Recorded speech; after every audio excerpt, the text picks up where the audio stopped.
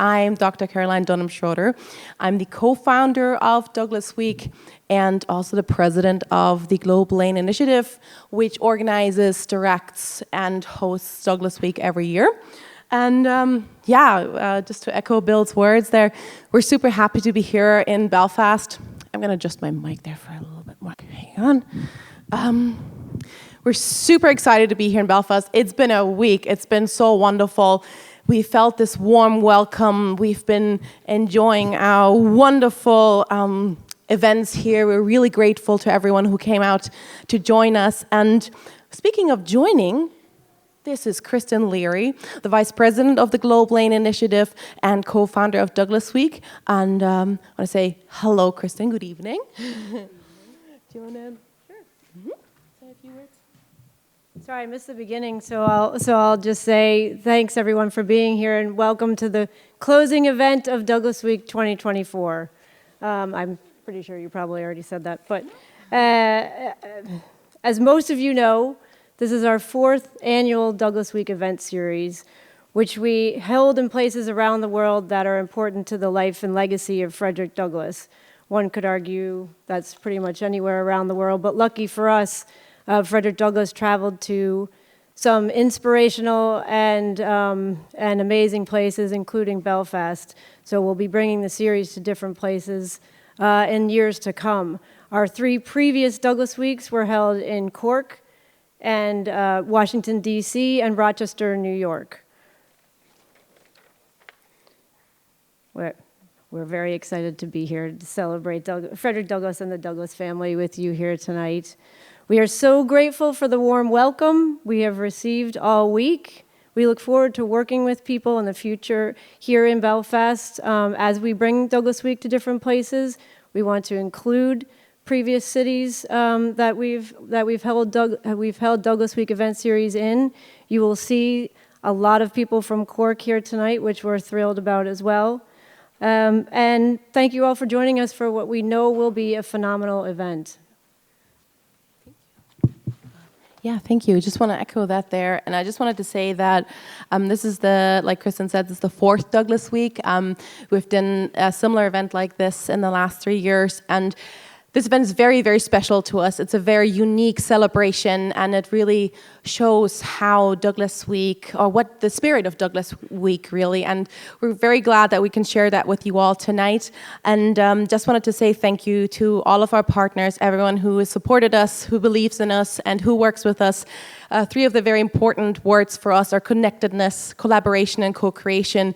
And this week has been very much that, and everything leading up to it has been so wonderful. So I wanted to say thank you also to our team. And speaking of our team, I would love to introduce you to our wonderful hosts tonight, Paul Oakley Stovall and Fionnuala O'Connell.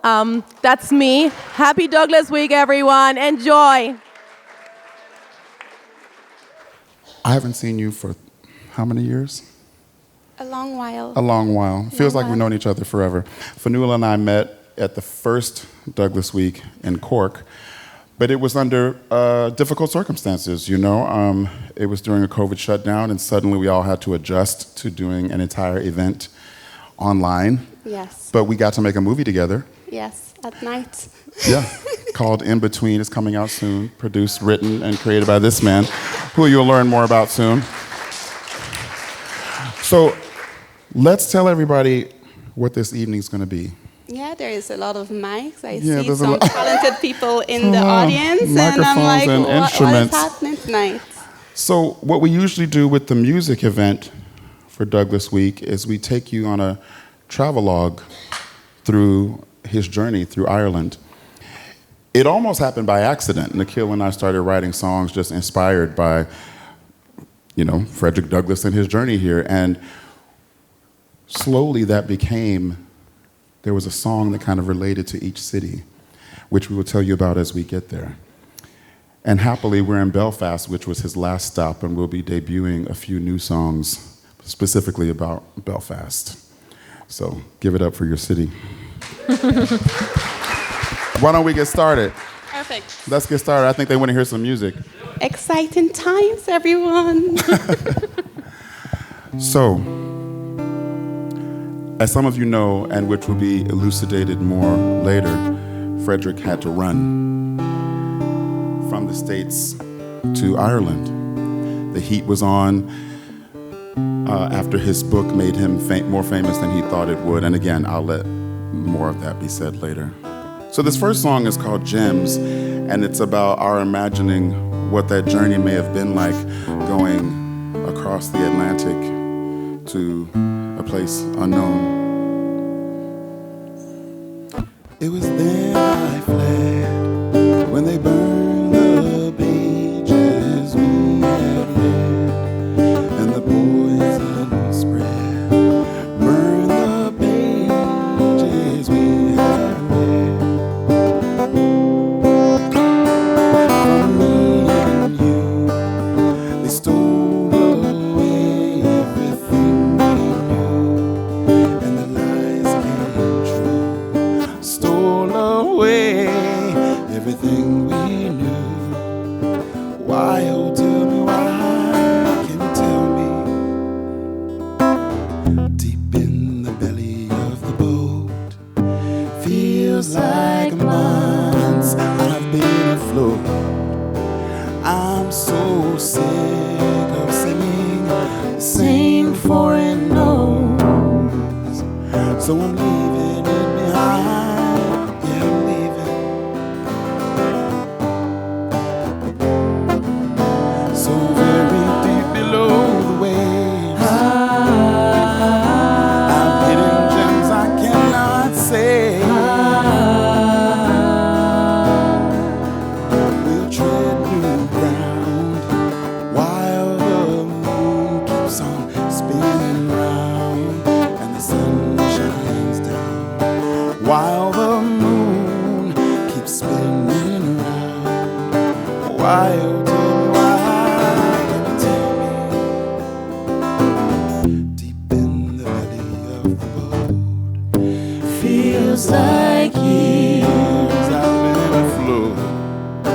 I'm so sick of singing the same foolish notes, so I'm leaving it behind. Yeah, I'm leaving. Why, oh, tell me why, can you tell me? So very deep below the waves, I'm hidden gems I cannot say, and I don't know where to find them.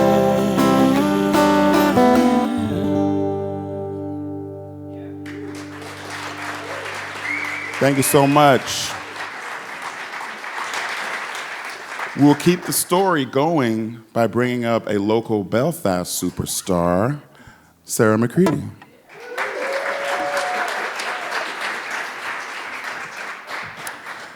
Some of you may know Sarah's music, and I'm going to let you talk a little bit about it. Plug yourself a little bit, Sarah.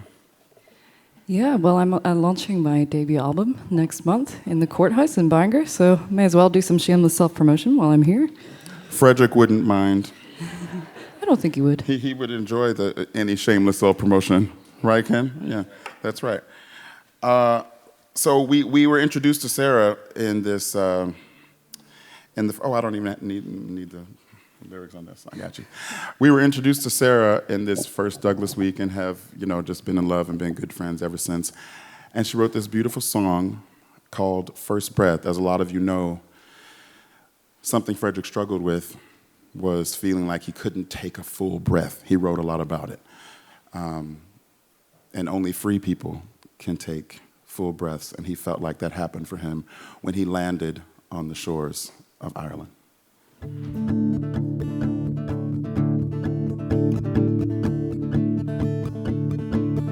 When he came, he drew his first breath.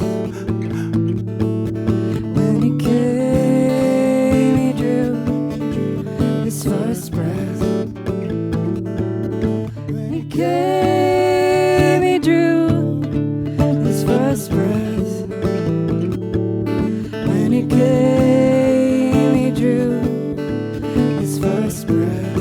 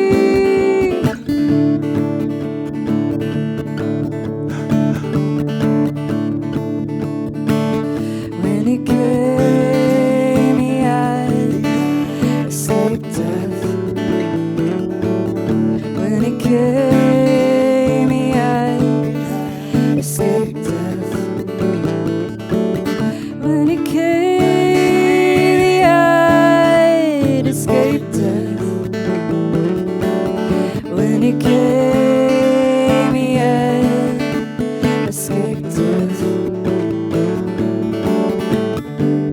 I breathe and I am free. Lucky me, 'cause I am free. I breathe and I am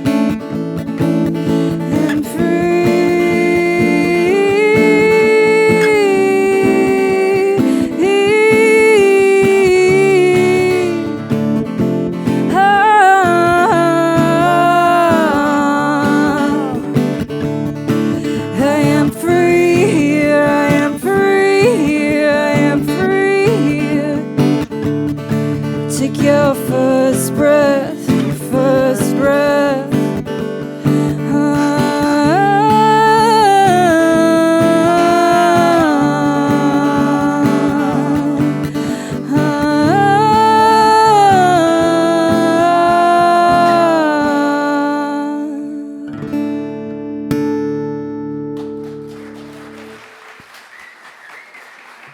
Sarah McCreedy.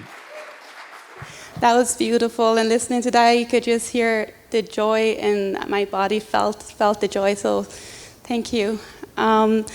It's my pleasure to introduce the next speaker, and I'm going to introduce honored speaker Nettie Washington Douglass, the great-great-granddaughter of Frederick Douglass.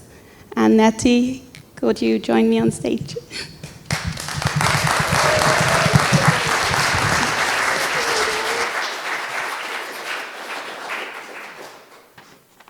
Thank you. I can truly say I have spent some of the happiest moments of my life since landing in this country. I seem to have undergone a transformation. I live a new life. The kind of hospitality constantly proffered to me by persons of the highest rank in society, the spirit of freedom that seems to animate all with whom I come in contact, and the entire absence of everything that looked like prejudice against me on account of the color of my skin, contrasted so strongly with my long and bitter experience in the United States that I look with wonder and amazement on the transition. 11 days and a half gone, and I have crossed 3,000 miles of the perilous deep. Instead of the bright blue sky of America, I am covered with the soft gray fog of the Emerald Isle.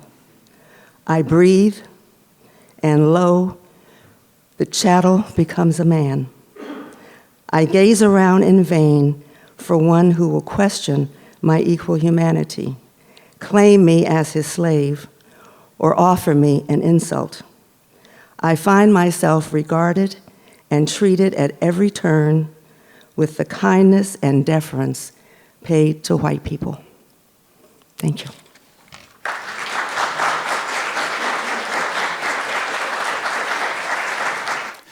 So I'm going to piggyback off of the passage that Nettie read. It would seem from hearing that passage that there was almost joy in Frederick's voice. You know, obviously surprise at the situation he found himself in. I'm going to tell you a little story about Frederick Douglass. He was the most photographed human being in the 19th century. Not man, not American, not black man, human being in the 19th century. Oh, there'll be a photo up there soon. Is it there? Come on. He very famously did not smile in any of his photographs. And when asked about that, he said, "I would never put forth the image of a happy slave. I don't want anyone to ever think there's anything to smile about." I'm paraphrasing, but that was the idea. So, but you do have to wonder, a man who said that but expressed the joy in the paragraph that Nettie just read, there had to be a lot going on inside of him. And this is a song called Outside.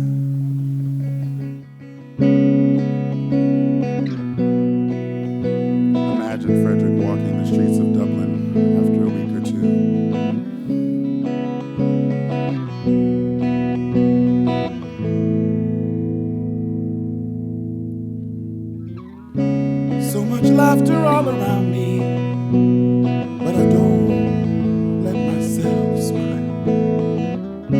So many miles I've covered, but I don't let myself rest. No time for that.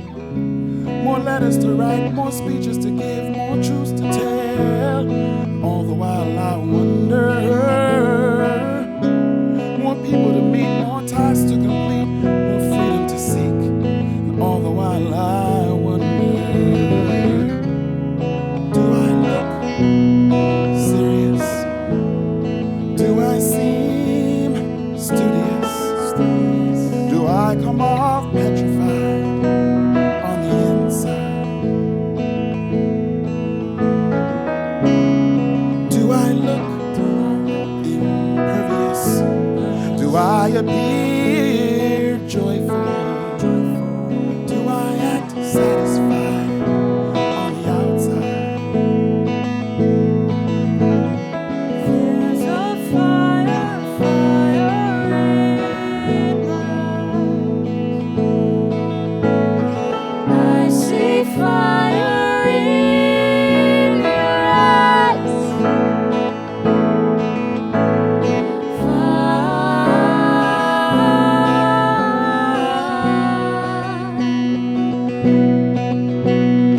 There's a fire in your eyes.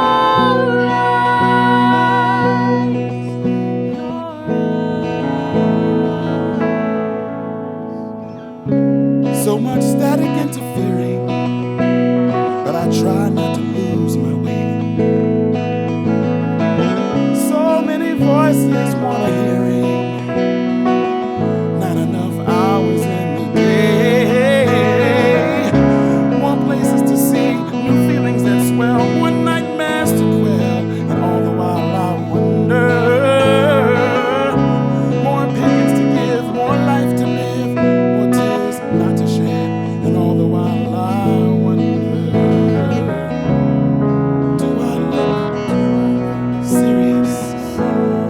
Do I seem studious? Do I come off petrified on the inside? Oh, do I look impervious? Do I appear joyful? Do I act satisfied on the outside? On the outside. There's a fire, fire On the outside. I see fire in your eyes.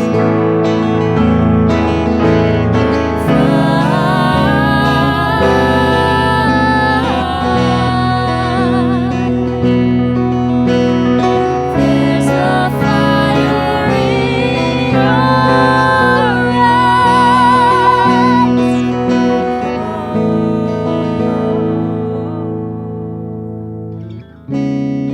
Outside, outside, outside.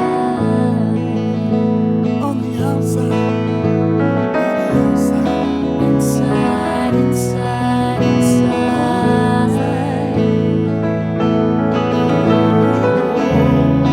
Outside, outside, outside.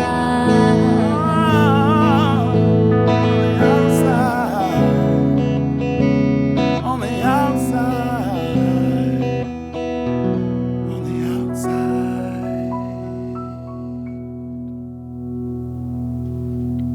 Thank you.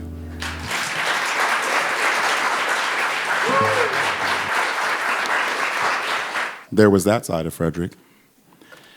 And in this little project that I'm writing about Frederick's time moving through Ireland, you always need that fictional character through which the outside audience can have a lens into Frederick's private thoughts, because none of us were there, and you take swings at it.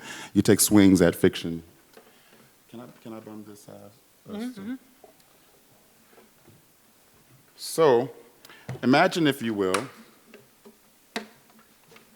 Frederick's imaginary friend. Well, it's a real friend, but it's in the writer's imaginary.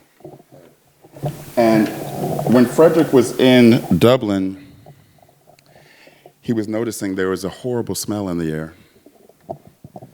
And when he asked about it, someone said, "Oh, that's rotting crops." He unwittingly had come at the onset of the Great Hunger. Danger, violence in the streets. So I imagine that this new friend, a valet, so to speak, a young Indian immigrant, took Frederick on, almost forced himself on him as a valet and said, "I want to take you out to the countryside so you can see what's going on out there." And, Frederick might not have been too keen on going out to the countryside. And in this song, you'll find out why. It's called Traveling. What was your life like before this? Read my book. Reading's not my thing. Well, we're going to have to work on that.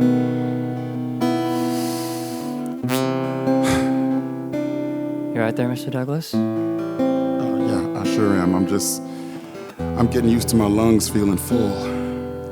How about you? You all right? Yeah. Happy to be with someone who looks like me. You think you look like me? Close enough. Close enough. I hate the city. I feel so free in the countryside. Well, we do not have that in common, my brother. In my life before this, if you found yourself out in the countryside, you were being hunted. Oh, sorry. And you were looking for a river to hide your scent. Sorry, brother. My grandmother promised me that one day I would walk freely on this earth. Not running, but just traveling. Maybe with a friend. Traveling. No beginning, no end. Traveling. Down some random road. Traveling. No fear, no cares, no load. In the place where I come from. Being out here like this, it would mean we're on the run. But the rivers, the hills, the trees were meant for me. And I'm just traveling. Looking straight ahead. Traveling, not leading or being led. Traveling, nothing on our minds. Traveling, taking our sweet time to be able to dream about what we want in life. Breaking the chains of the body and the mind, like choosing your own name. Traveling. Oh, this feels good. Traveling. I just like it should. Traveling. What a beautiful day. Traveling. Don't have to know the way. La la la la la la la la la la la la la la la la la. La la la la la la la la la la la la la la la la la la la. Nothing can stop us. Nothing can hold us back. The blue earth cherishes our brown skin. The sun is our friend. Traveling. You just smile. Traveling. Yeah, it's been a while since I felt so free. Feeling the sun come down on me. Loving the sweat on my skin. Loving my skin. Oh, loving the skin that we're in. Feeling what that is. Feeling what this is. Traveling. Glad to be with you. Traveling, traveling. Yeah, me too. Traveling, traveling. Listen, about that smile. Traveling, traveling. I won't Don't tell nobody. I'm serious. Don't tell nobody. Thank you. I bring up 10, right? You bring up 10? Okay. Thank you for the percussion. Thank you for that love. Over to you, Fanula. That was beautiful, and that song always makes me smile, and it's gonna live free in my mind for the next few days. So, thank you. You're welcome. The next speaker I'm gonna welcome up is Kenneth B. Morris Jr., Frederick Douglass' great grandson. Can you please join me on stage?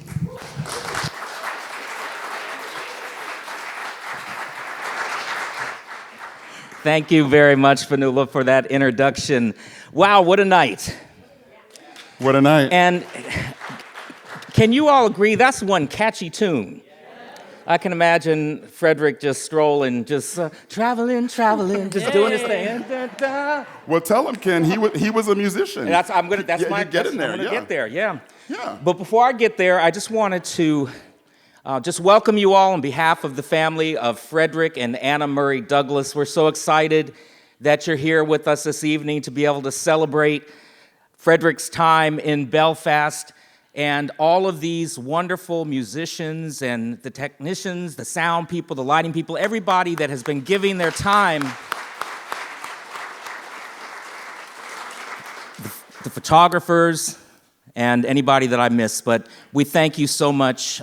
It just really shows the passion that everybody has for the Douglass story, and it's very humbling and it's heartwarming to know that you would give of your talents, your passion, your creativity, everything that you've done. So thank you for that.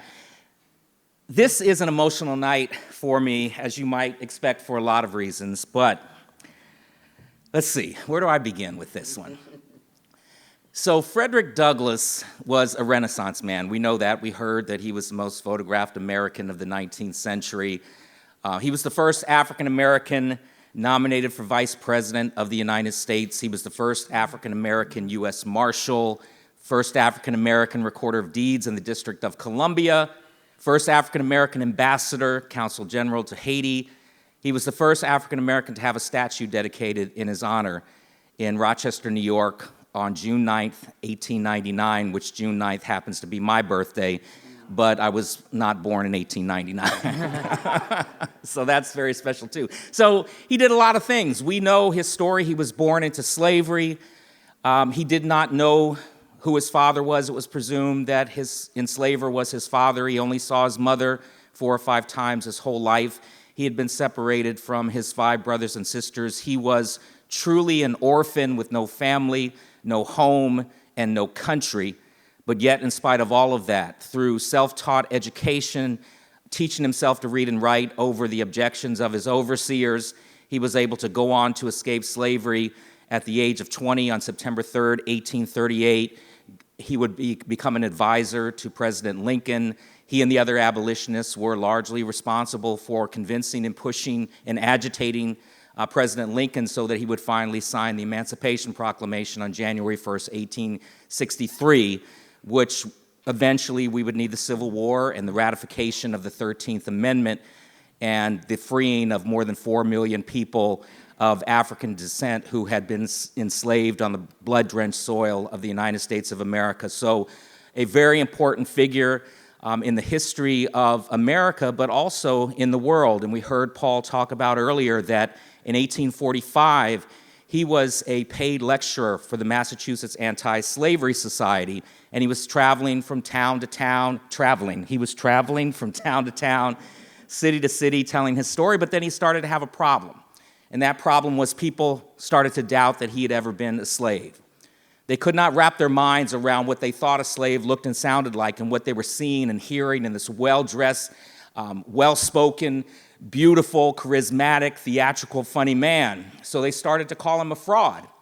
And in order to prove he was who he claimed to be, He wrote that first autobiography, The Narrative of the Life of Frederick Douglass, an American Slave, which was first published in 1845. And after it was published, he had another problem. It became a bestseller. And that's the last thing that you want, is the notoriety of a best-selling book if you're trying to hide from your enslaver, because it made him a household name, a celebrity, and his enslaver would know where he was almost every second of the day. And so it was suggested that he come to Europe as kind of a cooling-off period, and he would land in England and then come to Ireland for 4 months, and he would visit a place called Newcastle upon Tyne in England, and with the help of his abolitionist friends and supporters, they raised enough money to purchase his freedom so that he could return back to the United States. And the cost back then in 1847 was 150 pounds, or what would have been $711. And so he returned back to the United States. The connection that I wanted to make to this evening, and not many people know that Frederick Douglass had a beautiful singing voice. He was also a musician. When he was traveling on that tour and he was in Scotland, he felt, as he said, I was very down in the mouth one day. He was depressed. And he walked by a little store and he saw a violin in the window. And he purchased that violin or that fiddle, and he went into a room for 3 days, taught himself how to play the violin. Now, of course, he probably didn't emerge from that room as a virtuoso, but he emerged able to play for people. Now, the story gets even better. So he would eventually teach his grandson, Joseph, who is my great-grandfather, how to play the violin. Joseph would continue his music education at the Boston Conservatory, and then Joseph would go on to be a classical violinist. He played all over the world. He played in the White House on 3 occasions. He was the first black classical recording artist for the Victor Talking Machine Company. For you young people, that was the record company back in the day. And so he would go on to be this very important musician, classical musician. So Frederick Douglass was a great teacher as well. Well, I think that talent has kind of come down through the genes, and I have had the honor and privilege of traveling this week with my younger daughter, Nicole Morris, who's already been up on stage, and to know that she is here, and I get a chance to watch her take in all of this, and to start to really connect to her heritage, to her lineage, and then have an opportunity to be up on stage and to do what she loves to do, and to do it with these incredible musicians. It's just very touching, and I am so happy for you, Nicole, that you get to experience this. I'm gonna cry. So Nicole, come on up. And Ken, you provided Nikhil and I with a sister, so I appreciate you for that. Yes, and that's good. That's actually a good lead-in to the next song, because in 2020, Nicole graduated from Ithaca College. She went to school on a musical theater scholarship. Now, of course, we know in 2020 there wasn't a lot of work to be had after graduating, and she and Paul met virtually, and then Nikhil. And they worked on this next song that you're going to hear, and they recorded it, but they never met each other until just Tuesday, this past Tuesday, for the first time. And it's a beautiful song. It's called Fire in My Eyes. Yeah. And was there anything that you wanted to add to that? Yeah, this song continues the travelogue journey for Frederick. He was in Dublin, and then Hannah Webb, the wife of Richard Webb, had been sending letters, I believe, down to Cork to the wealthy Jennings family, Thomas and Ann Jennings. They were founding members of the Anti-Slavery Society in Cork. And their daughter, Isabel, was, I think, 32. Yeah, 32. So back then, you know, she had just a modern woman who had made the decision to be active and educated and fight for the right things. And I said, oh, great, I'm gonna write this song with Frederick and Isabel, because she was helping him sell his books. And Ken said, oh, my daughter sings. And I said, great. And I said, oh, but Isabel's white and Nicole's black, so how are we gonna do that? And Nicole said, You played George Washington in Hamilton, so. right. So it really isn't a problem. It's just about telling the story. So I'll set it up briefly. Frederick has heard about the famine, the great hunger hitting Limerick pretty hard. So he's been selling his books, things have been going well, but he needs to leave. And Isabel has never had a friend like him. So she's trying to talk to him this last night in the Jennings home before he leaves. Oh, Frederick, you're still up. It's late. Time to... Wait. I just need to say one thing. I leave tomorrow, Isabel. Gotta get my sleep. These past weeks have been great. Yes, they have. And I just want to say, Frederick, there's fire in your eyes. So I've been told. Thank you. It's always there, that fire. Well, I use it in the daytime, and I need it to see at night. Look at me. Isabel, you have it too. That fire. Tell me about the fire. That fire in my eyes is love. That fire in my eyes is love. Enough to carry those oceans and lead me back home. That fire in my eyes is tough. That fire in my eyes means so much. Enough to carry those oceans and take me back home. When the least of us is lifted up, the journey feels a little less impossible, Isabel. And it's worth the weight I carry every day, in every way, in every part of me. When the least of us struggles, we all feel that pain. And if I don't keep moving forward, the struggle gets born again and again and again. I know I've seen every picture you take. Every word that you say has that fire. And I would never portray myself as someone you choose over the things you must do, Frederick. Everyone fawns over the man they think you are, the star whose light shines so bright over Ireland. And what can I say? I feel the same way. My life has changed because of your fire. That fire in my eyes is love. That fire in my eyes is love. Enough to carry you across oceans and lead you back home. That fire in my eyes brings hope. That fire in my eyes will grow till the end of forever.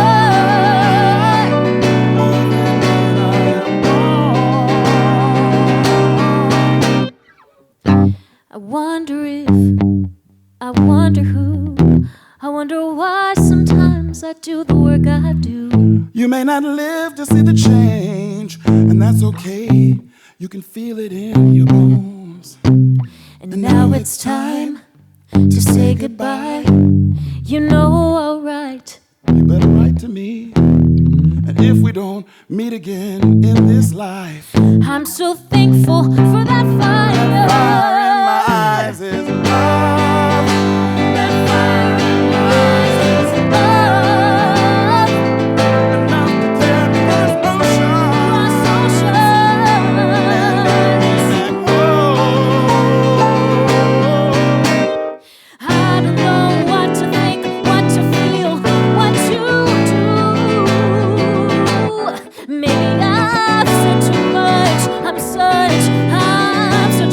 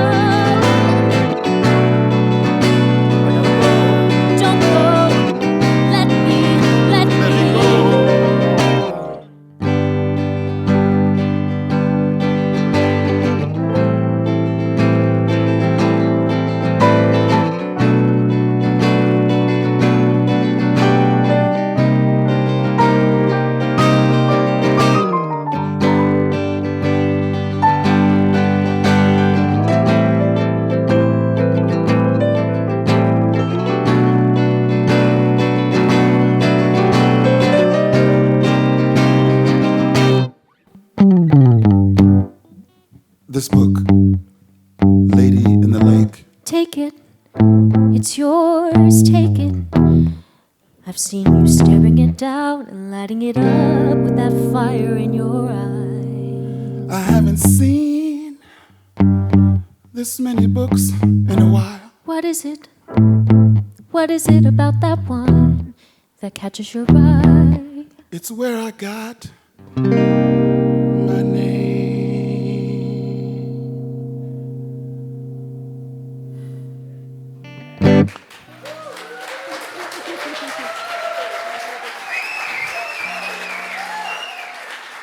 Nicole Morris. I have no idea what's next. Fanula, help me. Oh, do we go on to? Oh my God, why did I do this to myself? I need Nettie, I need the Kleenex. Pass it over. So we're going to continue this journey, this travelogue of Frederick. He did indeed go to Limerick next. And there he met, while Sarah McCreedy will be rejoining us, there Frederick met the Fisher family, Benjamin and his wife, Mary, and their activist daughters, Rebecca and Susanna. Now, I visited Limerick, and I'm from Chicago, and a lot of people, when I tell them I visited Ireland several times and I spent time in Limerick, they say, why'd you go to Limerick? You know, there's Galway, there's Cork, and all these places on the coast. I found Limerick to be a lot like Chicago. Very real people, very chill people. But this Fisher family, I gotta find these lyrics, hold on. Because the gag is, I just wrote the song in the green room back there. And I was, Sarah and I had riffed on this musical motif when we were in Balbriggan at the Institute of Music and Song, which you all should visit. The Lark Concert Music Hall has just been built, and it's fantastic, and you should visit. And Sarah was like, well, write some lyrics and go for it. Frederick wouldn't be scared. So I don't know what this is that we're about to do. It's kind of a meditation on what he saw when he got there. And again, he's meeting another incredible activist, abolitionist Irish woman, many of them lost to history. But he knew Belfast was next. But what he saw in Limerick, that really began to connect the trip for him. Because what they were going through, as you all know, was a forced hunger. It was not a famine. There would have been enough food to go around. And a male-female friendship like this, when you take a trip and you're about 3/4 through and you start missing home really bad, and he's seeing all this destruction in his midst. So I wonder what they talked about by the castle that's on the coast by the river. I don't understand how you see what you see and still manage to feel. Susanna, I gotta get back to Anna. My wife's name is Anna. Susanna, I finally made the connection. This whole trip has begun to infect me. I see typhus everywhere, potato blight in the air. But this isn't God's work. Susanna, gotta get back to Anna. Did I tell you my wife's name is Anna? Susanna, this is man's cruelty in the air. It's everywhere. Gotta get back to protect my babies. Rosetta, my Louis, Freddie Jr., and Charlie. I'll pray for your family every day. I'll pray that this genocide stops today. I'll pray that we learn to be better. Susanna,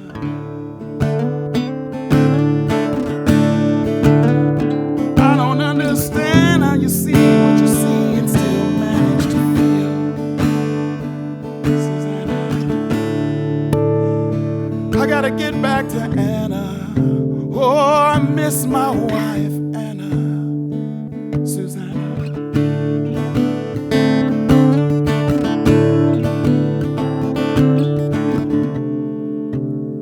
This scares me, Susanna. I'm scared, Susanna. I'm so scared, Susanna. Susanna. I pray for you. I pray God makes a way for you. Susanna.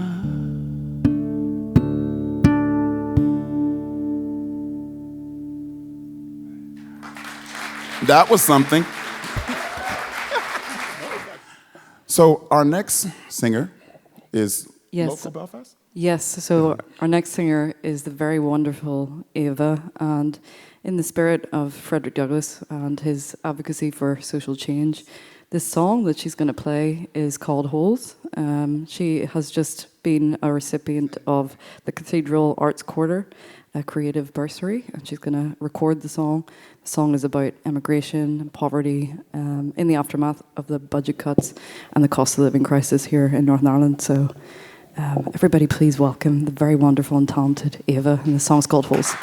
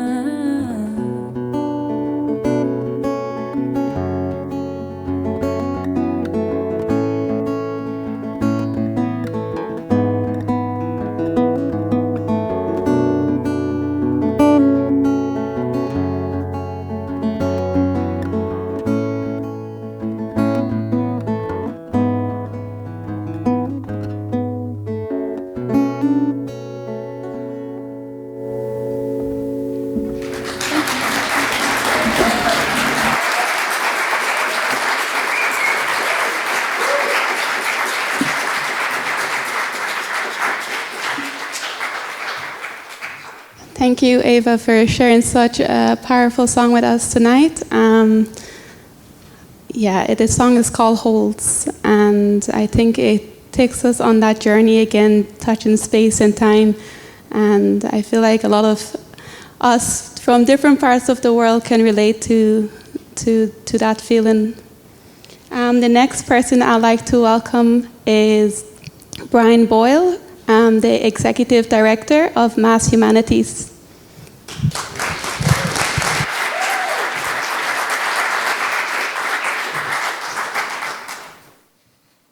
Thank you all so much. It's an honor to be here. It's been an honor to be here for a week. We are celebrating a journey that actually started in Massachusetts. It's something that we feel very honored to celebrate, and it's part of our overall engagement with someone who is so foundational to American democracy. When he found liberation and took a new name, it was in New Bedford in Massachusetts. When Frederick Douglass started a family, it was in Lynn, Massachusetts. He wrote there, he spoke there, and he left there to come to Ireland. Every year, Mass Humanities celebrates this history by reading Douglass's 4th of July speech. And this speech was given on July 5th, 1854 in Corinthian Hall in New York. And it's a critically important thing to understand, one, that this is a time when Douglass is really reckoning with a lot of dissent from within the abolitionist movement. So this is a time when people are, his own colleagues are coming at him, questioning him. And what does he do? He walks into that church and he delivers one of the most important speeches in American history. He talks about the Declaration of Independence. He calls out the hypocrisy of this young nation, and he calls on it to fulfill its promise. He says that we must only do with the past as we can make it useful in the present.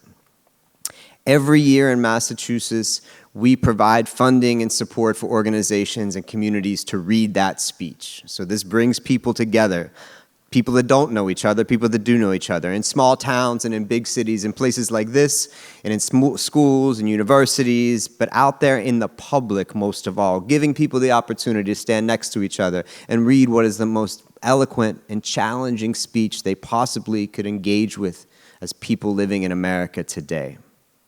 It's been an honor to be a part of that, and it's our 50th anniversary this year, and we wanted to do more to uplift Douglass, but also to get to build a network of people and to tap into all of the people who are doing important work around Douglass's legacy today. It's been an honor to get to know the Douglass family and to know that this is a family who has a long tradition of liberation up to the present and talent, and has been able to come here and really with us get to meet so many people who are doing the very, very important work of building solidarity. We have, throughout this week, got to meet people who have long histories in Northern Ireland, but also people that have come here recently and are facing the challenges that a refugee faces. And we have met so many of you who are working together across that difference. That solidarity for us has been, I think, just the tip of the iceberg. Well, I wouldn't say tip of the iceberg here, and also it's probably a bad pun. But I would say we're scratching the surface and deepening our understanding of a way to honor Douglass through practicing that solidarity that he wasn't feeling when he gave that 4th of July speech. And you'll hear some of that speech in a little bit. And I took very much to heart that lesson this last year. How do we move beyond simply talking about being allies and really being accomplices? How do we provide the support that someone needs to do the very, very hard thing of waking up every day in America and choosing to fight for freedom? Solidarity across continents and difference. Solidarity that understands the magnitude of our trouble, the complexity of history, and the beauty of difficult conversations. Solidarity that embraces how hard this will be and how much imagination freedom will require. Solidarity that shifts power to the many rather than consolidating it to the few. Solidarity that understands that retrenchment is temporary, that dehumanization is a threat to every human, and that justice is on the horizon. Solidarity based in the humanities and art and poetry and music. I thank Douglass Week and the Douglass family for making that possible. I thank Belfast for welcoming us in the way that they have.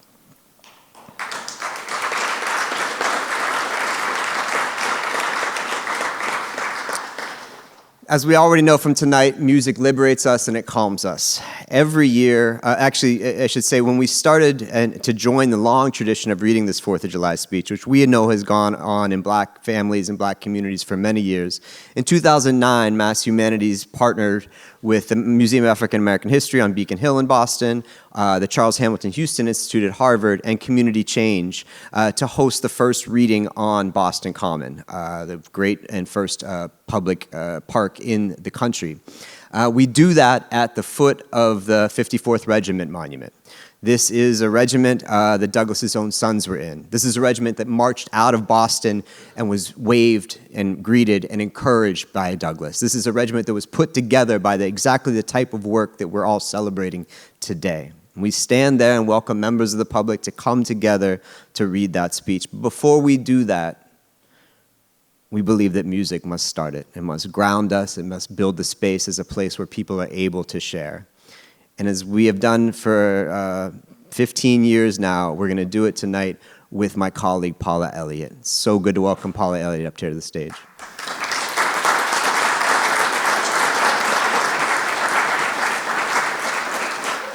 There's not much else I can say before singing a song that is associated with the reading of Frederick Douglass's speech in Boston. I would like to thank, first of all, people that have asked me to sing. This was not expected on this visit, but I'm very grateful to share what I can.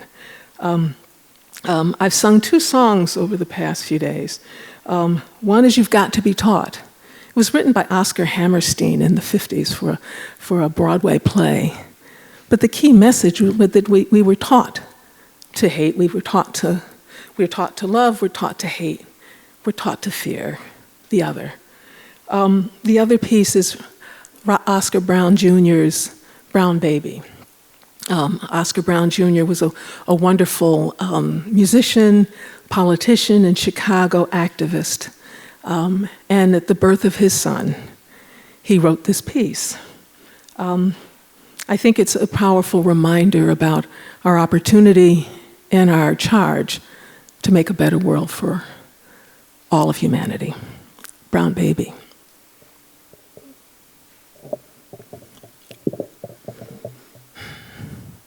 Brown baby, brown baby, as you grow up, I want you to drink from the plenty cup. I want you to stand up, tall and proud. I want you to speak up clear and loud. Brown baby, brown baby, brown baby, as years go by, I want you to walk with your head held high. I want you to live by the justice code. I want you to walk down that freedom road. Brown baby, so lie away sleeping. Lie away here in my arms while the people around you protect you and keep you safe from harm, oh Lord.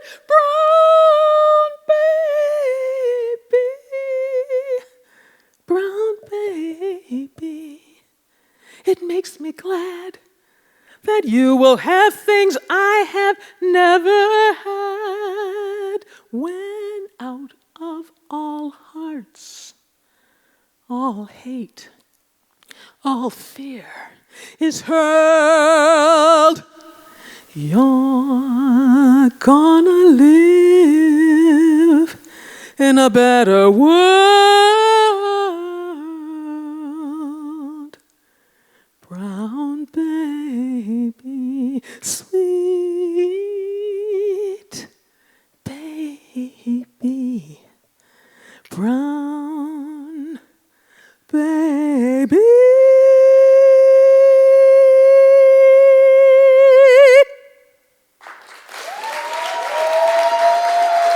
Thank you. Thank you.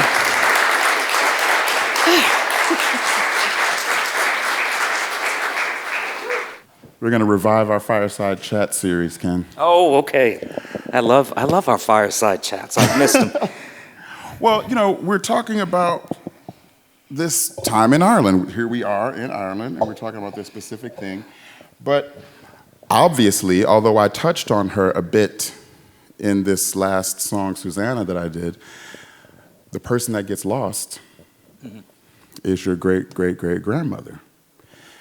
There are many projects made about Frederick, and as Ken often says, there can never be too many, as long as they're done with integrity and honesty and best intentions. But Anna Murray Douglas gets lost, and so I want you to just tell us about her. We're going to jump out of time right now, and if you go back or forward, before Ireland or after Ireland, it's fine with me. We want to know about her. We hear Harriet Tubman, Sojourner Truth. I heard a figure about how many people attended Anna's funeral. What was that? And then you can start there. Okay, so, first of all, thank you for inviting me up here to be able to talk about Anna, because I am just as proud of her as I am of Frederick. You're obsessed in the best way. You got that right. To answer your question, and I think that this is remarkable because, as Paul said, we have heard Harriet Tubman's story. We know a lot about Sojourner Truth. At Anna's funeral in Washington, D.C., there were 3,000 people that attended.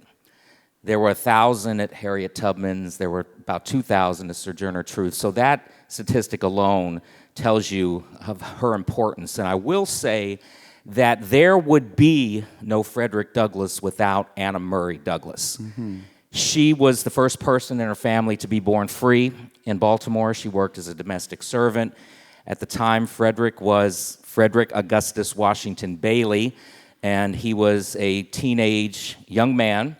And they met at some point. We don't know exactly where they met. Our good friend, Professor Celeste Marie Bernier, believes that they probably met before Baltimore because she was from Caroline County in Maryland, and he was from Talbot County on the Eastern Shore. So those families knew each other. So there is this speculation that perhaps they did meet prior to Baltimore. But at any rate, they met.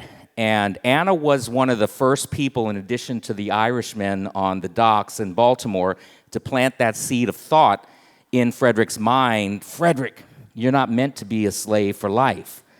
And as they started to think about a future together and perhaps having a family, she said, Frederick, I don't want our children's father to be a slave.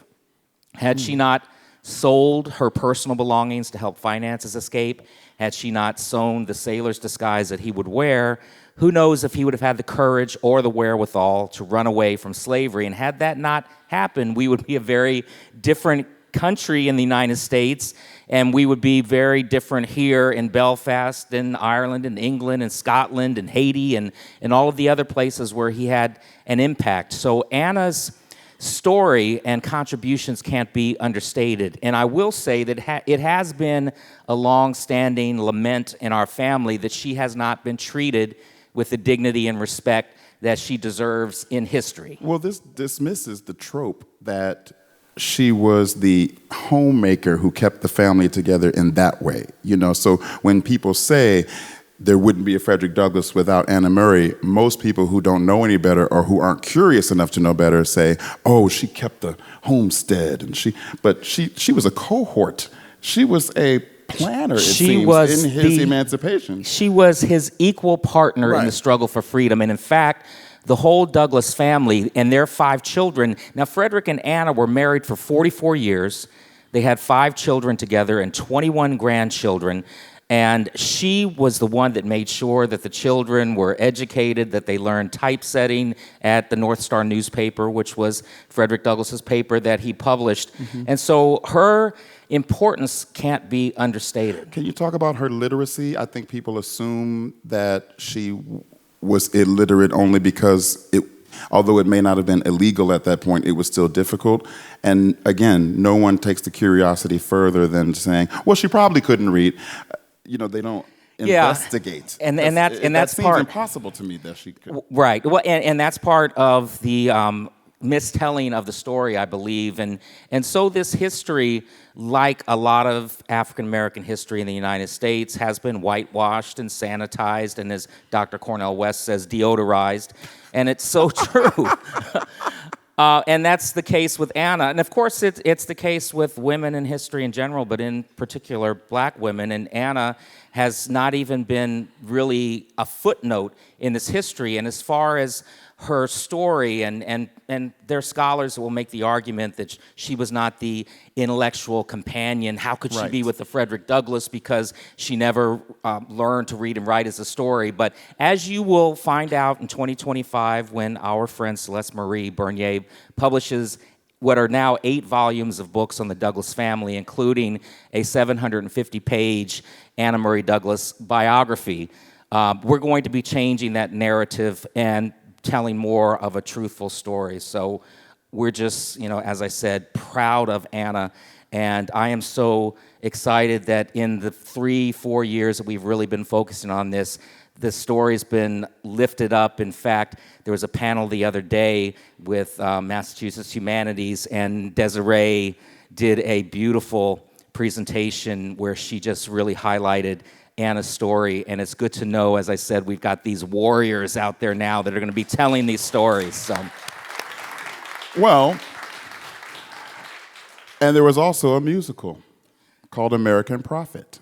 Yes. It came out, was it a year and a half ago? It was 2022 summer, 2022. But it was a long journey. A long journey of development. Most of it, if not all of the music, written by Grammy winner Marcus Hummin and directed by Charles Randolph Wright. He of Motown on Broadway. He's just a wonderkin director. Trouble in Mind on Broadway. And Anna gets her due in this show. Now we're going to jump time a little because this show is set mainly after Frederick had returned from Ireland and it was becoming a statesman.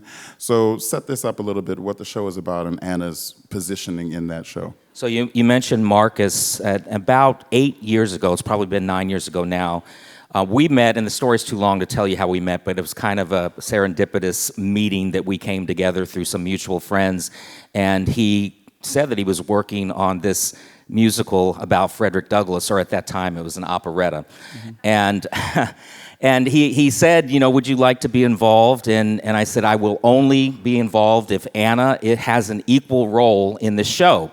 That she has to, as I said, be an equal partner in the struggle for freedom. And Marcus said, yes, absolutely, we're going to do that. Then Charles Randolph Wright came aboard, and Marcus is a brilliant songwriter. He's won Grammys mostly in country music, but he can play any type of music, and he can write a song in 2 hours that's just beautiful. So Marcus wrote all of the music in American Prophet. It's called American Prophet, Frederick Douglass in his own words, and 80% of the musical are Frederick Douglass's words, which is pretty amazing. I think you'll agree that his words sound as relevant today as they did all of those years ago. And I know Charles tells a story about people saying, well, you must have written that because it sounds like... Yeah, you must have changed, adapted, changed that, yeah. But Frederick has co-created with us from history for many years now. He continues to co-create with us. That's right. So I have a little surprise for you. It's only a little surprise because you got to meet backstage. But local songstress, diva extraordinaire, Siobhan Brown of Manuka Honey, a Belfast superstar, is here to perform some of Anna's songs from American Prophet. Siobhan, will you join us on stage? So I'm about to meet my great-great-great-great-great-grandmother. And you're really about to meet her. Yes. So, Siobhan, while you get set up, and I don't think I've had the chance to introduce the pianist, Matt Evans, who has snuck up here for a few numbers and has been knocking our socks off. I want to make sure you're all set to go. Siobhan, tell us about Manuka Honey and what you guys are up to. Wow, and Manuka where people Honey. can see you, about Soultrane. And yeah, I mean, Manuka Honey's been going for about 12 years. Have any of you been to a Manuka Honey gig? Have you? Well, I saw some hands go up. We got one.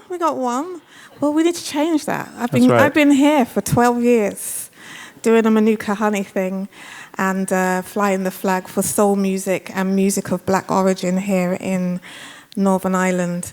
And thank you. Yeah. Now, Siobhan and I met when I was working on a musical of mine at the Irish Institute of Music and Song in Balbriggan, and she took on the role of this African-American female senator who was running for president. And I was concerned, I don't know if she, terrible accent, she can't sound like this, But as I soon found out, she can do anything, including portray Anna Murray Douglas. This song is called I Love a Man, and it's from American Prophet. Thank you.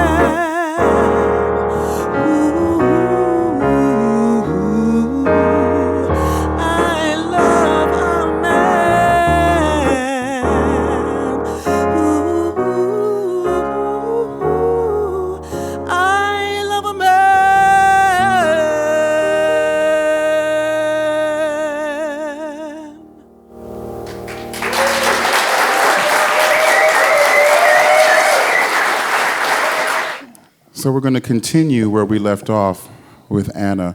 We just thought, in that fabulous dress, Siobhan needed to change into another fabulous dress.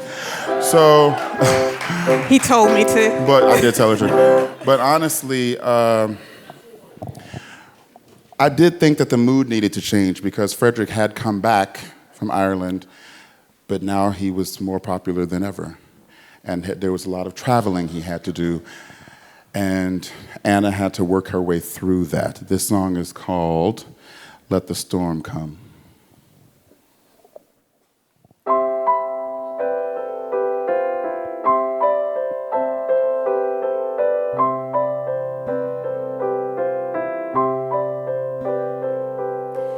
Babe, my heart's like a weather vane. You catch me crying and you say, what have I done? Nothing. You ain't done nothing. It's all about the storm to come.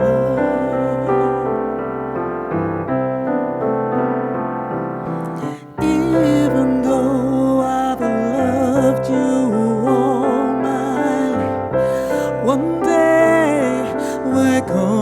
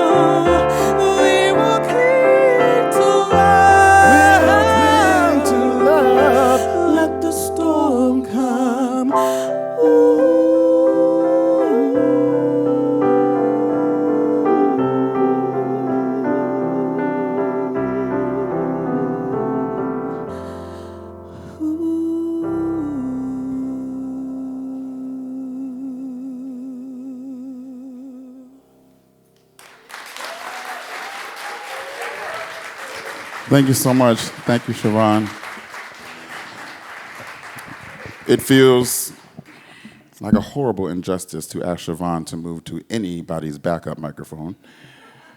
But she has graciously offered to support me on this next song, along with, if you hadn't done the math, Frederick's great-great-great-great-granddaughter, Nicole.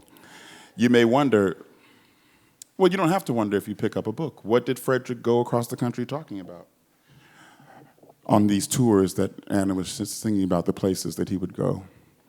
He talked about freedom.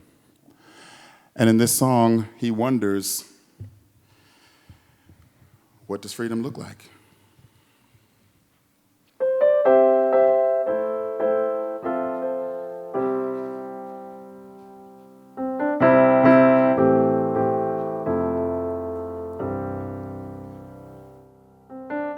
What does freedom look like? An osprey flying high, careless as the topsail, waving in a fearless sky, a fearless sky, a fearless sky. What does freedom taste like? Salt from the briny sea, waves leap for the starboard bow, as if to welcome me, to welcome me, to welcome me. Freedom, freedom, never leave someone behind. Oh, freedom, freedom, never leave someone behind. Freedom. What does freedom move like? It walks, it runs, it leaps. It knows just where it's going, and it goes just where it pleases, where it pleases, where it pleases. Freedom, freedom, never leave someone behind. Oh, freedom, freedom, never leave someone behind.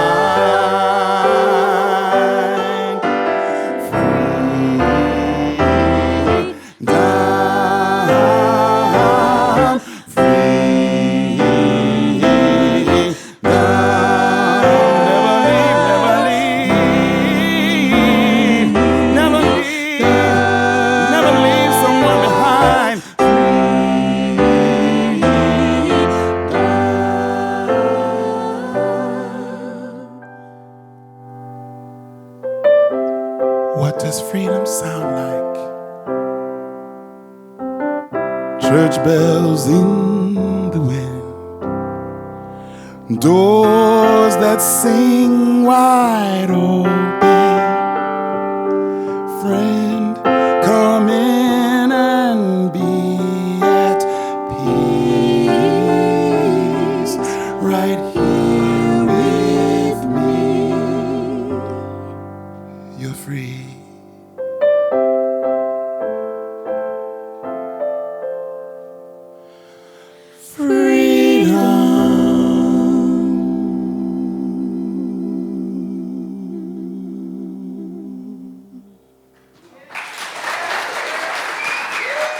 Nicole Morris, Siobhan Brown, Matt Evans. All right, Fanula's telling me get off the stage. She's got So that's what I'm going to do. Thank you so much. And that song was What Does Freedom? Next, I would like to introduce Mass Humanities on stage, who will be reading Frederick Douglass. Can we have a round of applause, please?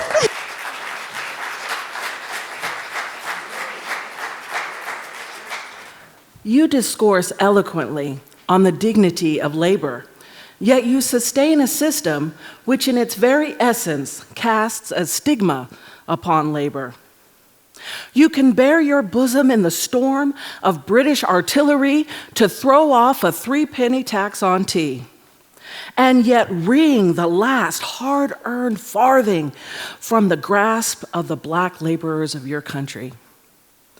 You profess to believe that all are one blood. God made all nations of men to dwell on the face of the earth and have commanded all men everywhere to love one another. Yet you notoriously hate and glory in your hatred all men whose skins are not colored as your own. You declare before the world and are understood by the world to declare that you hold these truths to be self-evident, that all men are created equal and are endowed by their Creator with certain inalienable rights, and that among these are life, liberty, and the pursuit of happiness. And yet, you hold securely in a bondage which, according to your own Thomas Jefferson, is worse than ages of that which your fathers rose in rebellion to oppose, a 7th part of the inhabitants of your country.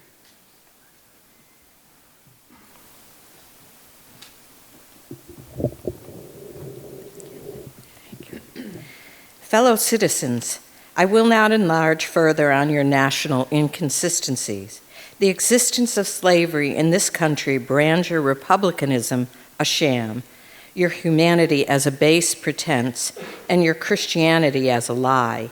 It destroys your moral power abroad. It corrupts your politicians at home. It saps the foundation of religion. It makes your name a hissing and a byword to a mocking earth.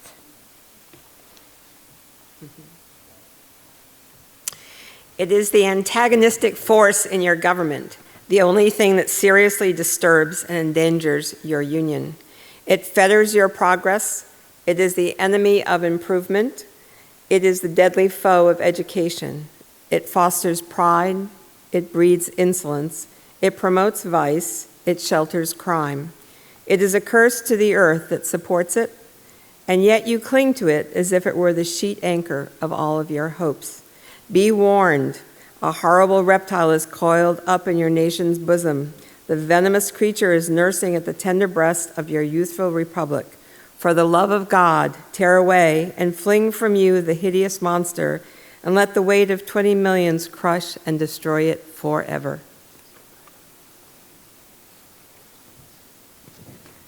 But it is answered in reply to all this that precisely what I have now denounced is, in fact, guaranteed and sanctioned by the Constitution of the United States, that the right to hold and to hunt slaves is part of the Constitution framed by the illustrious fathers of this republic.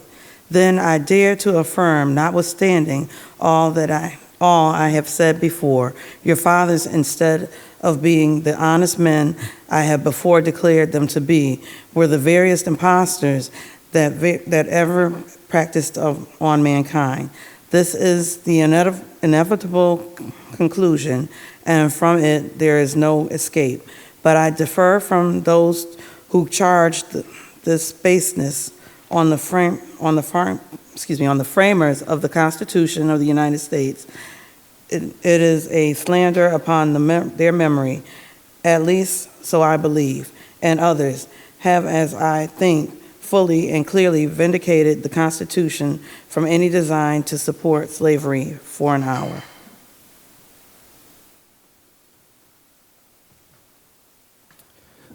Allow me to say, in conclusion, notwithstanding the dark picture I have this day presented of the state of the nation, I do not despair this country.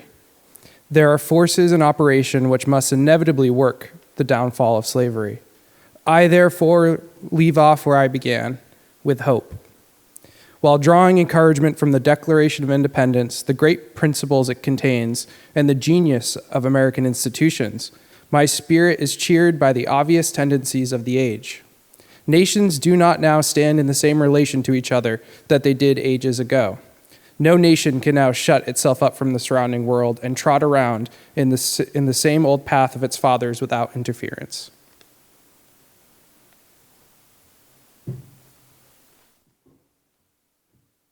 The time was when such could be done. But a change has now come over the affairs of mankind. Walled cities and empires have become unfashionable. The arm of commerce has borne away the gates of the strong city. Intelligence is penetrating the darkest corners of the globe. Wind, steam, and lightning are its charted agents. Oceans no longer divide, but link nations together. From Boston to London is now a holiday excursion. Space is comparatively annihilated.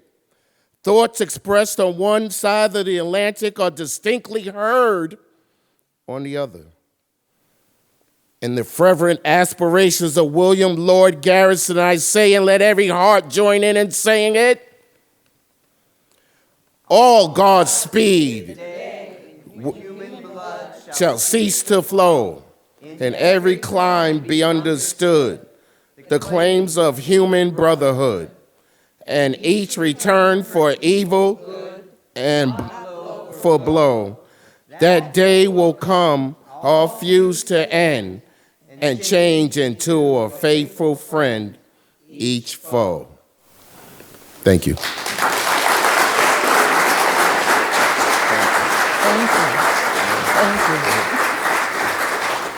Good evening, everyone. Thank you. My name is Raphael. I'm from Cork. In Cork, we like to say, I'm from Cork, kid. I've grown up in Cork for, I guess, over 20 years, and I work currently with the Cork Migrant Centre with a young group called Sauti, which is a Swahili word meaning voice, and to elaborate on that means like voice for the voiceless.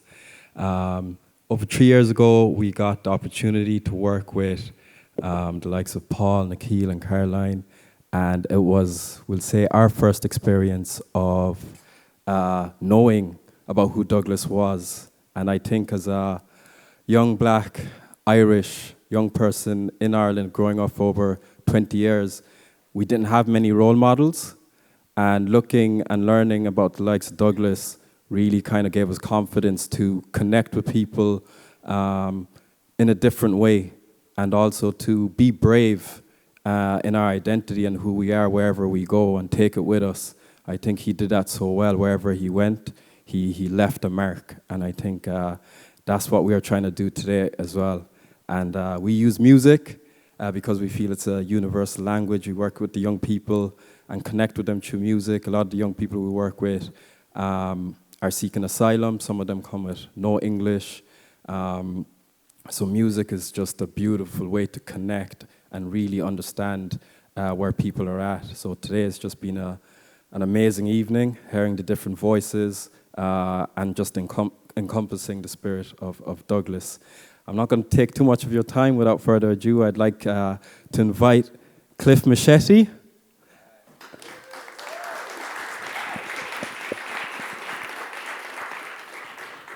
Who is one of our mentors at the Cork Migrant Centre, originally from Kenya, and he's going to do a piece for you this evening. Thank you.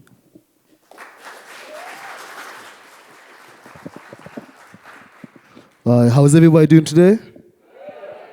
Are we feeling the spirit of Frederick Douglass in the room? That's beautiful. My name is Cliff Masheti. I'm part of Sauti. I'm very privileged and humbled to come here and share the spirit and the message of Frederick Douglass. I wrote a piece called Running, which resonates with, obviously, the fact that Frederick Douglass was running from slavery, but also he inspired us to, because I feel in life you're either running from something or you're chasing something. or you're also in a race against each other or a race against time. So this song really resonates with what Frederick Douglass means to me. So I hope you enjoy it. All right, can I get some crowd interaction? So I need you to repeat after me. Can you just say, heavy, heavy, heavy? Heavy, heavy, heavy. Heavy, heavy, heavy. Heavy, heavy, heavy. Okay, the reason I asked you that is the intro to the song. It's about, obviously, Frederick Douglass had so much weight on his shoulders. We all do in our walks of life. So this is me putting myself in his position and what he had to deal with, and to have to deal with all that and still have his energy radiating. I feel like we can take from that for ourselves. So, all right, enough talking, Are we ready? Yeah. Okay, let's go.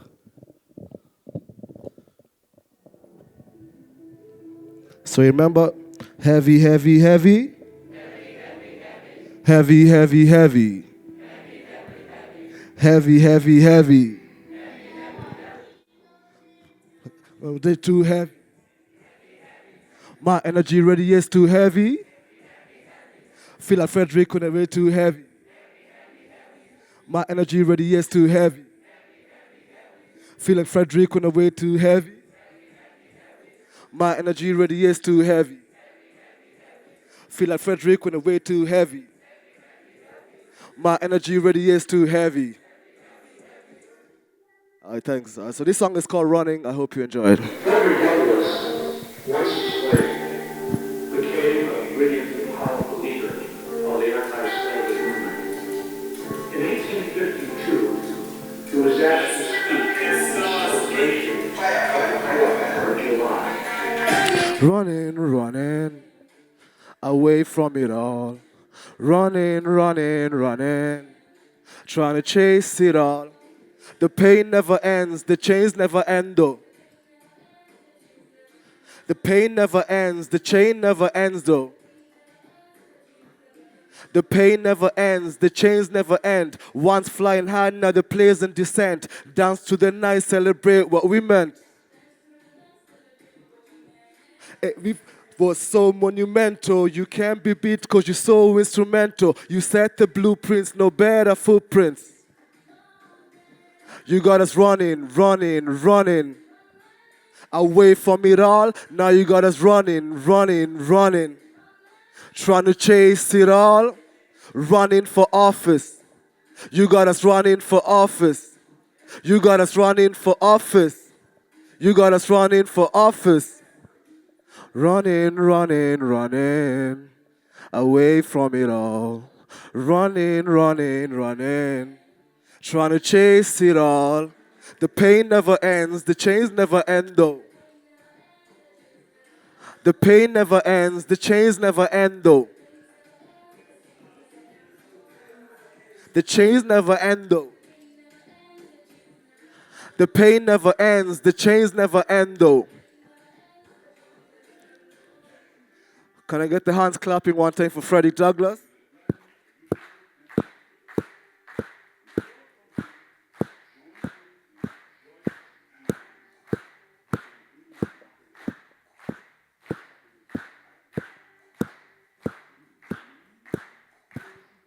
The pain never ends though, the chains never end though.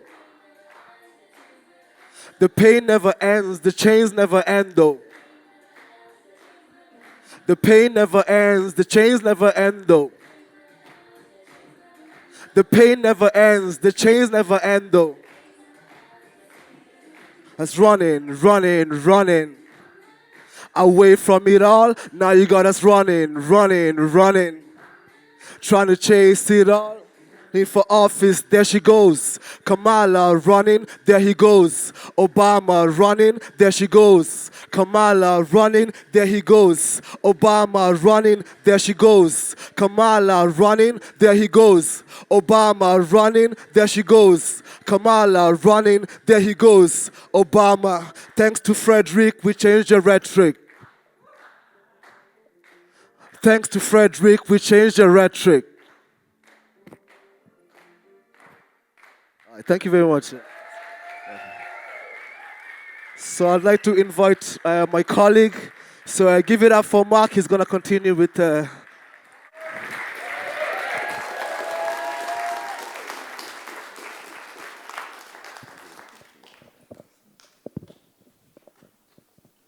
Hello, my name is Mark, or Outsider YP.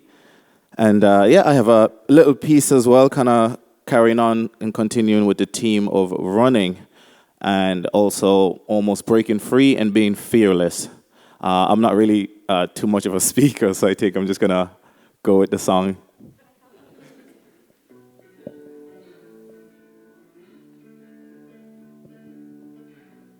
And I was running, ain't no turning back. And I was running, ain't no turning back. And I was running, ain't no turning back. And I was running, ain't no turning back. And I was running, ain't no turning back. And I was running, ain't no turning back. Jetpack with no parachute. And I was running, ain't no turning back. It's far back to the Neverland. And I was running, ain't no turning back. And I was running, ain't no turning back. And I was running, ain't no turning back. And I was running, ain't no turning back. And I was running, ain't no turning back. And I was running, ain't no turning back. The blacker the berry, the sweeter the juice. And God is the reason I'm spitting the truth. I am the tree that be bearing the fruits. And all of these fruits I share with all of my crew. So welcome to the belly of sinking, drowning, burning up. Barely any peace, but pieces all is loaded up. Piece around my neck, another neck around my chain. Keeping me from freedom, but I'm free as I can be. In a world inside a box with the limits of photography. Yo, and I was running, ain't no turning back. And I was running, ain't no turning back. And I was running, ain't no turning back. And I was running, ain't no turning back. And I was running, ain't no turning back. Jetpack with no parachute. And I was running, ain't no turning back. And I was running on a turning back. Jetpack with no parachute. And fall back to the Neverland.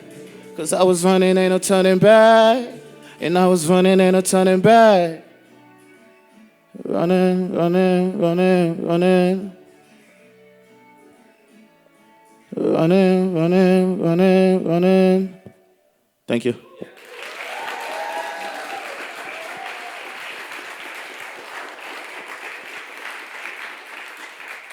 We have one more person from Saudi, the man himself, our team captain, our brother. Raphael is going to do some wonderful pieces for you that I hope you guys enjoy.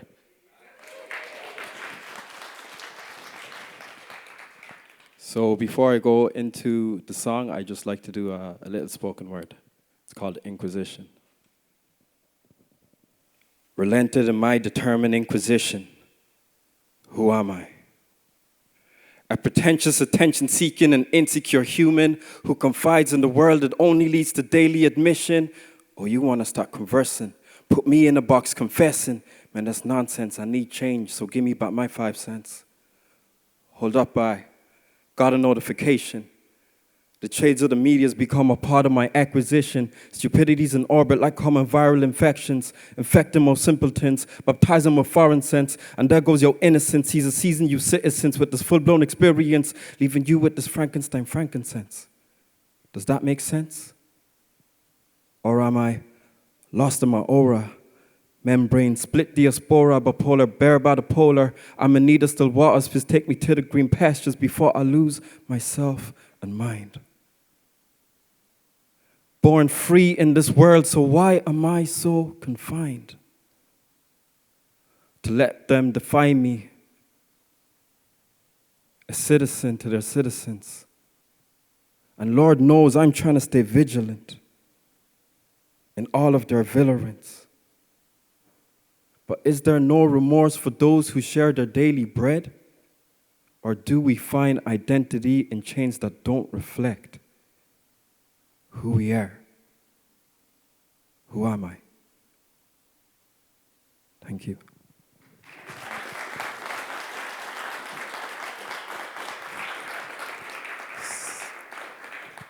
So for my next piece, I'd love to get your assistance, if that's okay.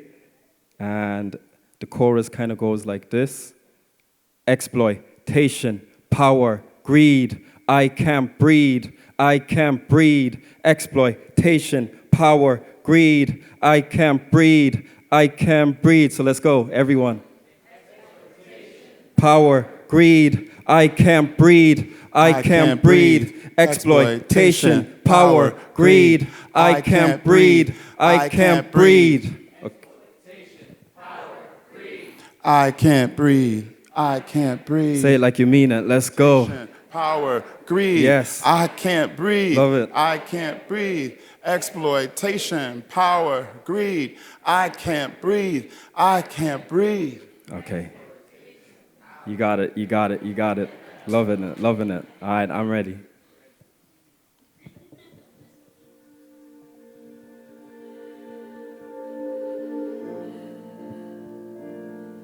Yeah.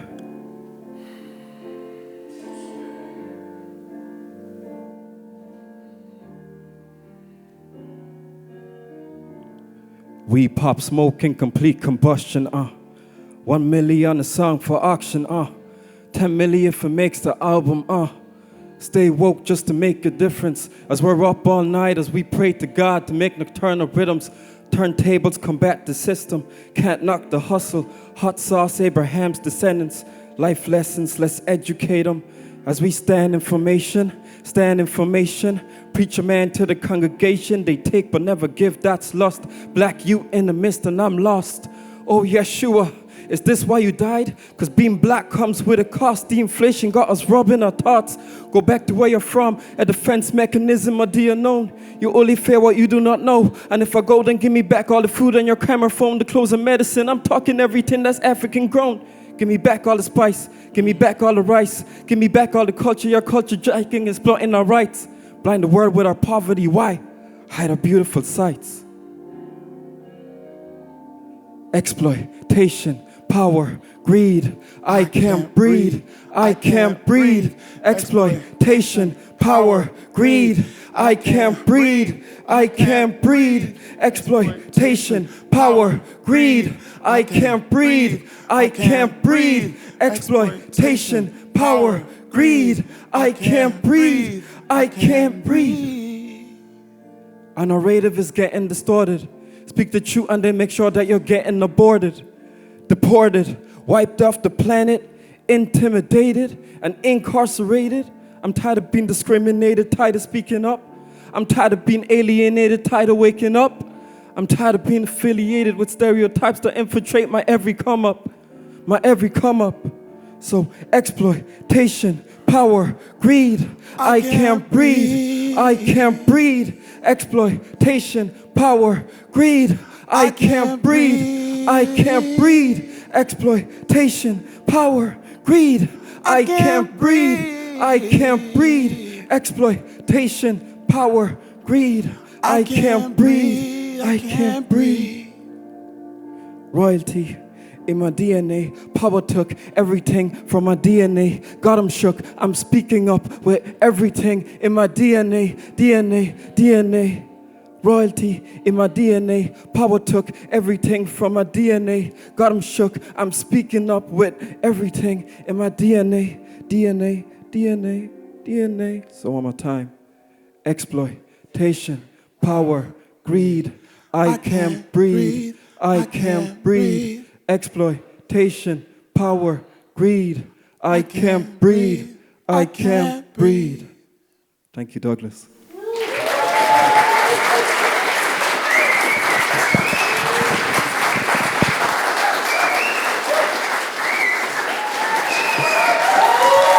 You got to get up for that. Okay, we're at the tail end, and now we're going to do a couple of songs that are specifically dedicated to Belfast. We're debuting them here in Belfast. We've gotten a little off the track in the best way, but let's return to Frederick's journey through Ireland. Belfast was the last city.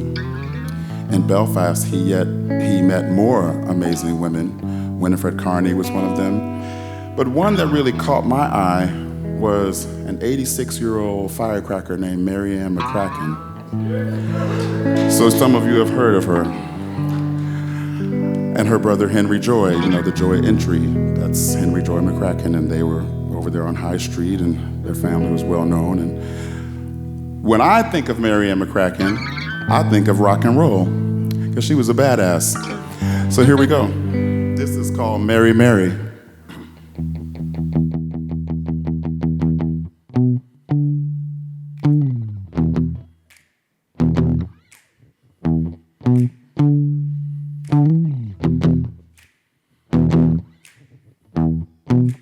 Mary Ann McCracken used her legs.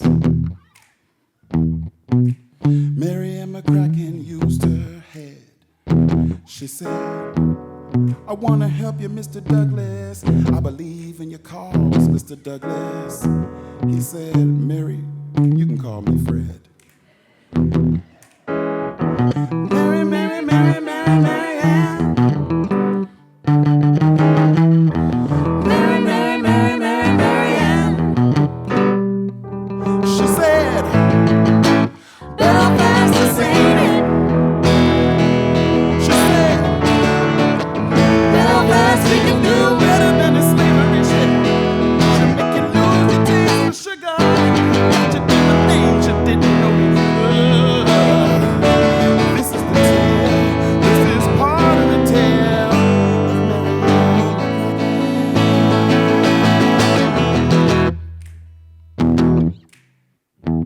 Mary Ann McCracken used her guile. Mary Ann McCracken, if something needed to be done, she never waited a while.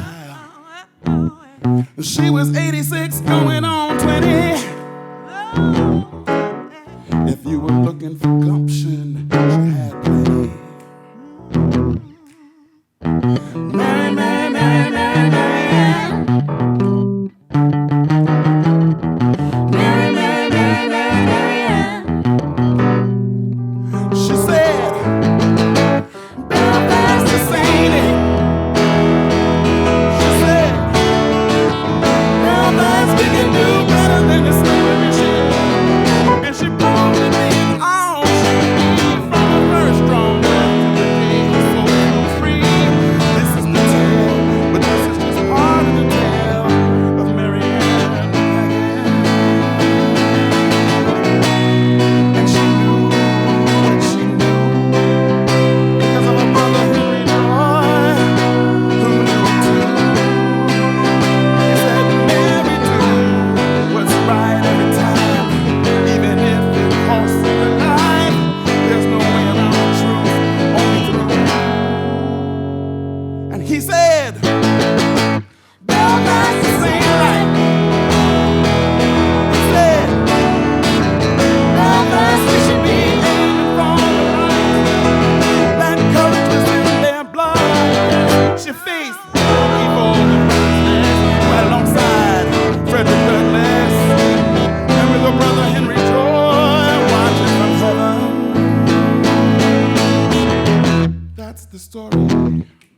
Part of the story of Mary Ann, Mary Ann, Mary Ann, Mary Ann, Mary Ann, Mary Ann, Mary Ann, Mary Ann. That's Mrs. McCracken to you.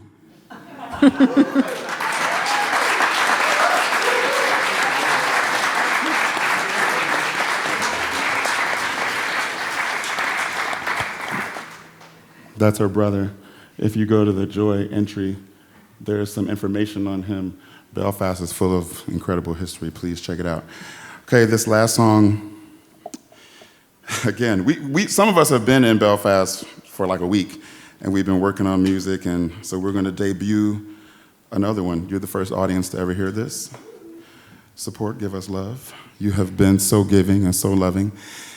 It struck me that Frederick often talked about how time was not his.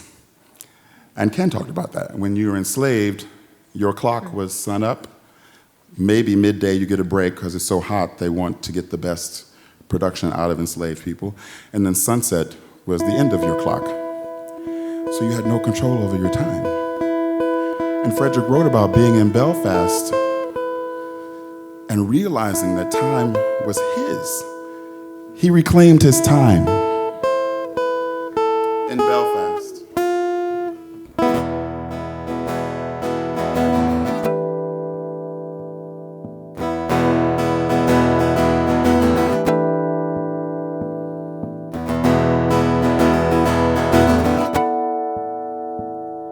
This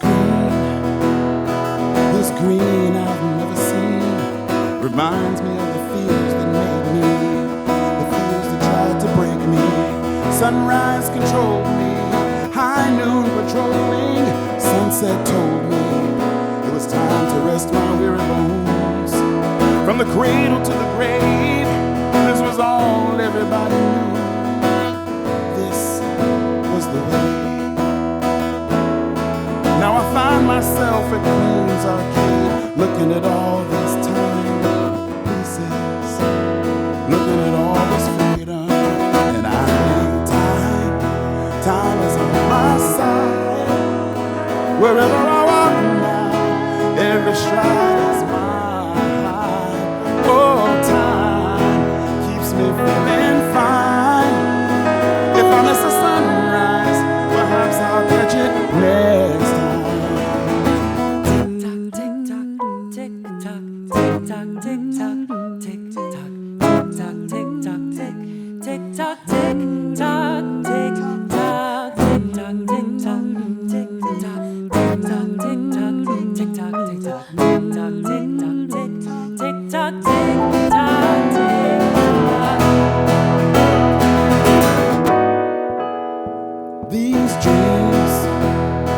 These dreams been haunting me. I cannot breathe, so dark, I cannot see. It's too dark. It's all starting to fade now, clear in the haze now. Thanks to men like Tom McCabe, who helped me place time where it belongs. See, my clock's no longer the sky, it's in my hands. Maybe time was never real.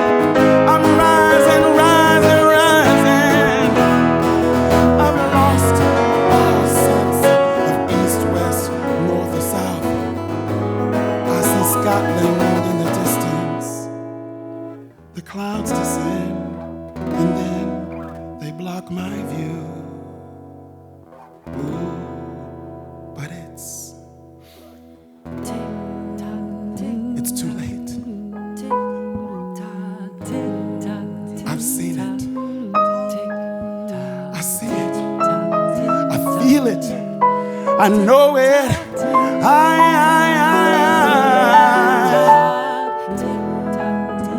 I'm knowing. I know things. I breathe. I can breathe. I breathe, and lo, the shadow becomes a man.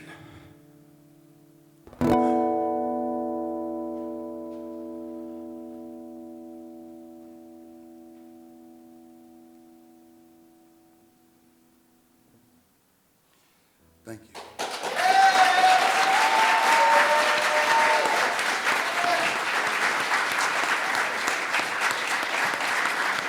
Thank you so much. Thank you for coming tonight.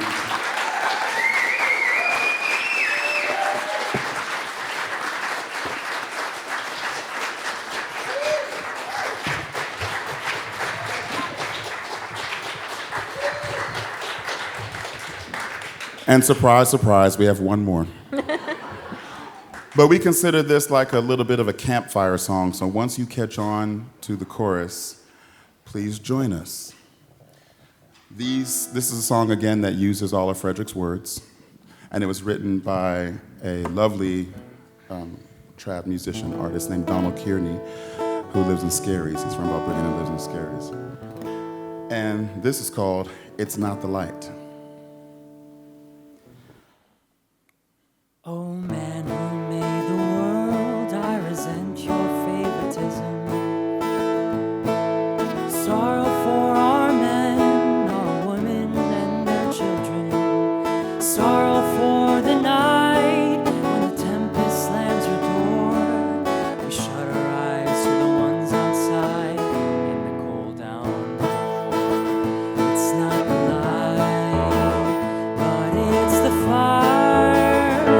Not the rain we need, but the thunder. We need the storm, the wind and the tremor. It's not the light we need, but the fire burning bright. Quiet in the night, the tired heart is scorched. Your homies are ignited by the torch, lifted by the hands of those who rule the land. A blackbird sadly cries beneath the open sky. It's not the light, but it's the fire. Not the rain we need, the thunder we need, the storm, the whirlwind and the tremor. It's not the light we need, but the fire burning bright. Oh, children, listen close for the changing of the wind,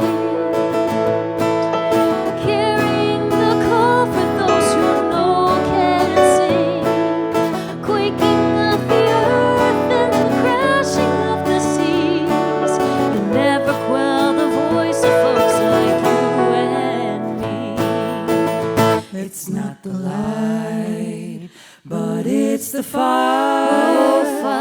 Not the rain we need, but the thunder. We need the storm, the whirlwind and the tremor. It's not the light we need, but the fire burning bright. Not the light we need, but the fire burning bright.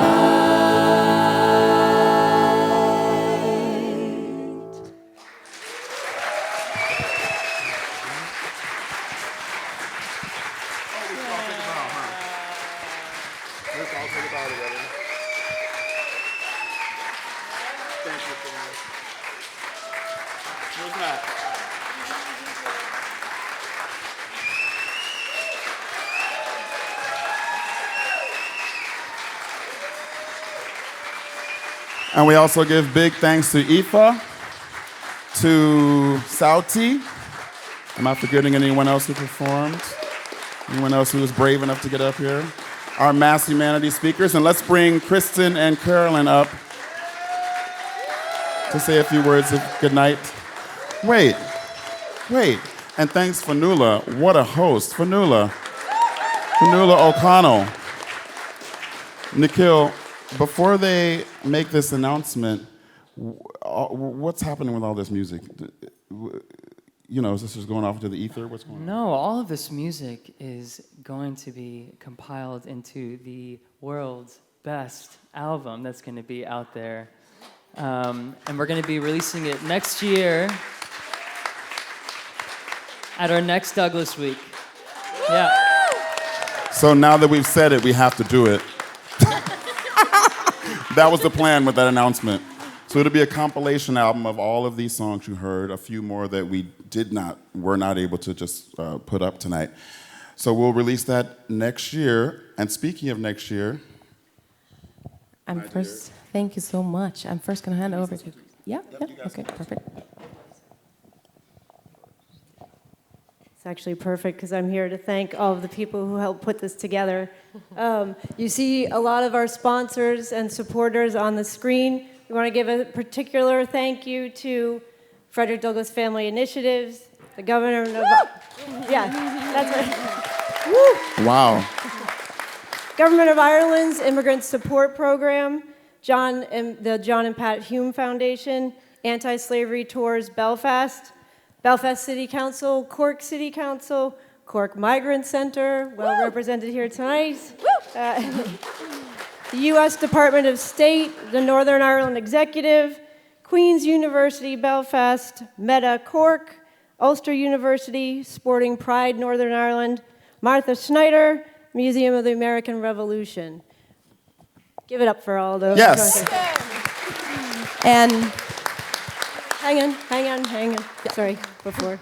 I also want to say a particular thanks to the crew, the techs, to Andrew, to all the people Luke who and put this Andrew. together today. Lighting, sound, keyboardists, Our volunteers. who Yep. are here Thank and there you. and everywhere.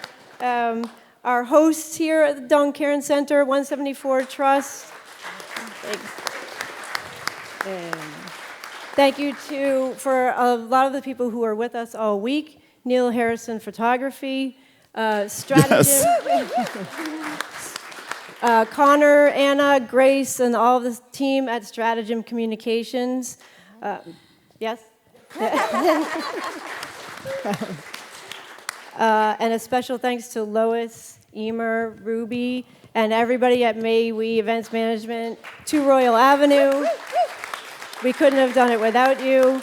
And speaking of not being able to do it without you, would everybody please give a huge round of applause to Dr. Caroline Dunham Schroeder, who puts her heart, soul, body, mind, everything into this event series.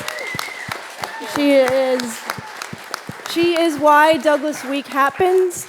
Please thank her personally when you see her after the show as well. We all do every day. Thank you, Caroline, and I'll hand it to you.